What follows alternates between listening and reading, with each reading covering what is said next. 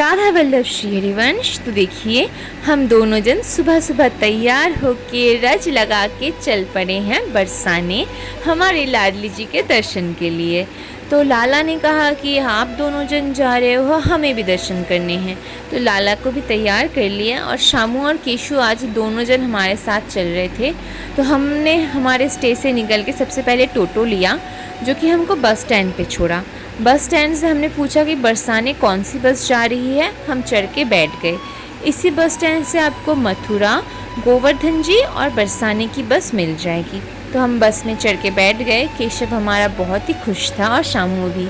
मतलब केशव के फेस पे एक अलग ही स्माइल थी कि अरे हमारी प्रिया से मिलने जा रहे हैं। तो चलिए चल पड़े, बस छोड़ दिया। श्री जी की कृपा से कोई दिक्कत नहीं होती है। बरसाना जाना बहुत टफ़ नहीं है, बहुत ही इजी है। लेकिन अगर लाडली जी आपको श्री दृष्टि से नहीं निहारेंगी तो ये बुलावा नहीं आता है। बरसाना एक ऐसी ही जगह है। वृंदावन तो बहुत लोग जा सकते हैं, लेकिन कहते हैं बरसाना जाना उन्हीं के किस्मत में होता है जिनको श्री जी बहुत प्रेम से बुलाती है कि आजा मेरे पास। याद करते हैं तो जा पाते हैं हम वृंदावन, लेकिन बरसाना वो बुलाती है तभी हम जा पाते हैं। और रास्ते में हमें चारधाम मंदिर के भी दर्शन हो गए। वहीं से बस जाती है, मतलब एक तरीके से जो बस है वो आपकी छत्तीसगढ़ से ही जाती है। और रास्ता बहुत ही एकदम हाईवे जैसा था और ये सुंदर से फूल लगे हुए थे। मैं तो माला कर रही थी, करते करते ही देख रही थी। और केशव मेरे पास था, शामू अपनी मैया के पास। वो जब भी निकलता है अपनी मैया के पास से वो हटता नहीं है। वो मेरे पास आता भी है बहुत ज़ोर 5 मिनट, फिर से दौड़ के मैया के पास चला जाता है। और जितना जितना जा रहे थे ना, ये रास्ता और गोवर्धन जी का रास्ता सेम है। जब मैं गोवर्धन जी का वीडियो आप लोगों को दिखाऊंगी आप लोगों को समझ आएगा, दोनों रास्ते सेम हैं। और डिस्टेंस की वजह से हमको थोड़ा भूख लग गया था। यहाँ पे बाहर फल तो थे, लेकिन फल वाले भैया को हमारी आवाज़ नहीं आ रही थी। बहुत ट्राई किया, भैया सुने नहीं और बस छोड़ दिया। छोड़ दीजिए, श्री जी का मन नहीं होगा कि हम पाए तो कोई नहीं पाया हमने।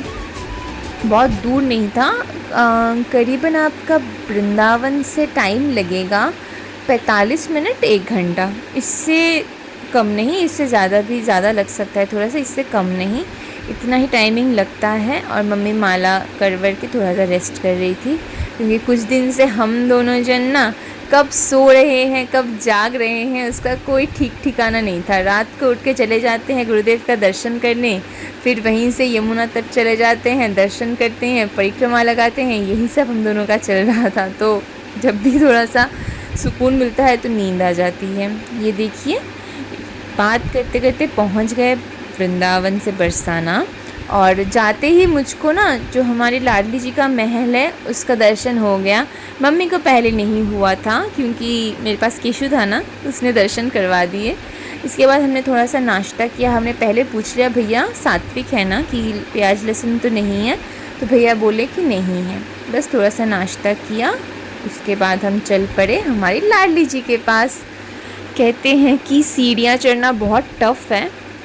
मैंने बहुत पहले से सुना था कि इतनी सारी सीढ़ियाँ हैं, कैसे चढ़ेंगी, लेकिन जब मैंने चढ़ना स्टार्ट किया मुझको कोई दिक्कत ही नहीं हुआ। और रास्ते भर में लाला बैठे हुए थे, लाली बैठी हुई थी, इतने सुंदर सुंदर जन बैठे हुए थे, तकलीफ़ होती भी तो कैसे।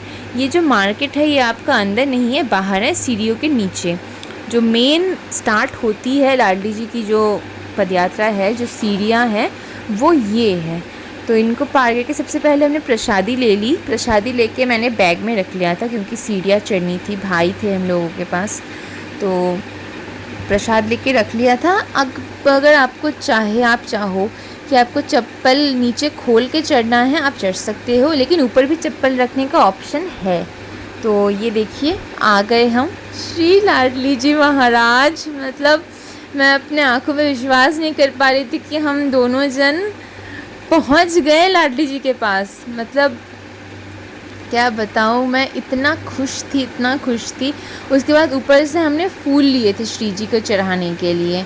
वहाँ पे बहुत सुंदर सुंदर मालाएं आपको मिल जाएंगी। तो ये देखिए बहुत सुंदर चित्र बने हुए हैं वहाँ के। और किसी को अगर परिक्रमा लगानी है तो आप पहले परिक्रमा लगा लीजिए, उसके बाद दर्शन कीजिएगा, ये सबसे अच्छा होता है। मेरे पैर का दर्द भैया पूरा उड़ गया था, मतलब उड़ गया था, नहीं था। सीढ़ी चढ़ने के टाइम पे मेरे पैर में कुछ दर्द नहीं था। भांडीरवन में लंगड़ा के चल रही थी और यहाँ सब सही इनकी वजह से। बलहार नज़र वाड़ी चाहूँ, इतनी प्यारी लग रही थी ये।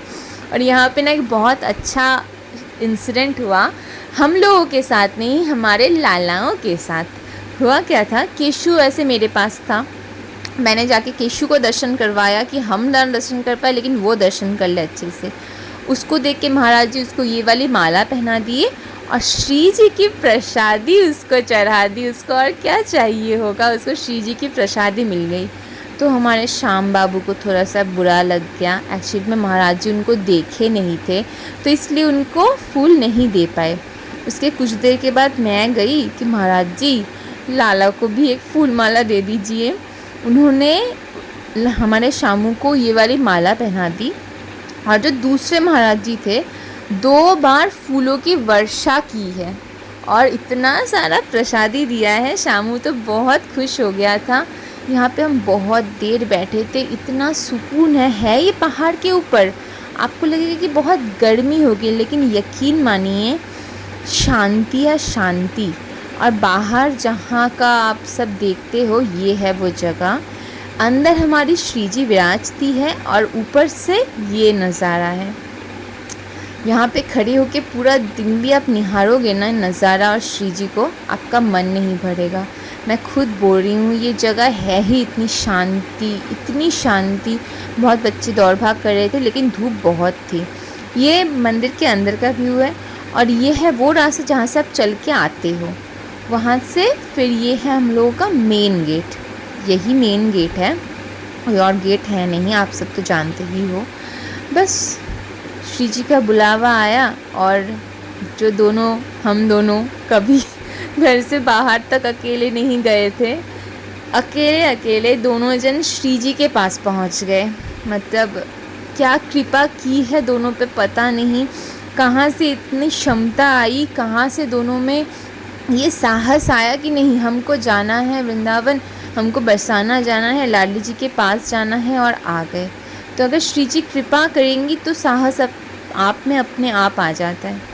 और यहाँ पे नीचे हो रहा था कीर्तन, बहुत देर तक सुना हम लोगों ने। उसके बाद क्या था, विदाई का वक्त आ गए श्री जी के पास से। इसके बाद गाड़ी में उठने से पहले बहुत ज़ोर की भूख लग गई थी तो कुछ हेवी खाने का मेरा मन नहीं था। हमने भाइयों के लिए थोड़े से फल ले लिए। तो वो फल पहले हमने ये वाला जो खीरा है वो उनको भोग लगाया और उसके बाद हमने उनको केले रख दिए कि रास्ते में आपको भूख लगे तो आप पा लेना। और मेरे गले पे देख रहे हैं आप गुलाब फूल की पपड़ी लगी है, जो पंखुड़ी है, ये हमारे लाला के ऊपर बारिश की गई थी, वही मेरे गले में अटकी पड़ी है क्योंकि वो मेरी गोदी में थे। तो मेरे ऊपर भी बारिश हुई है इसकी वजह से।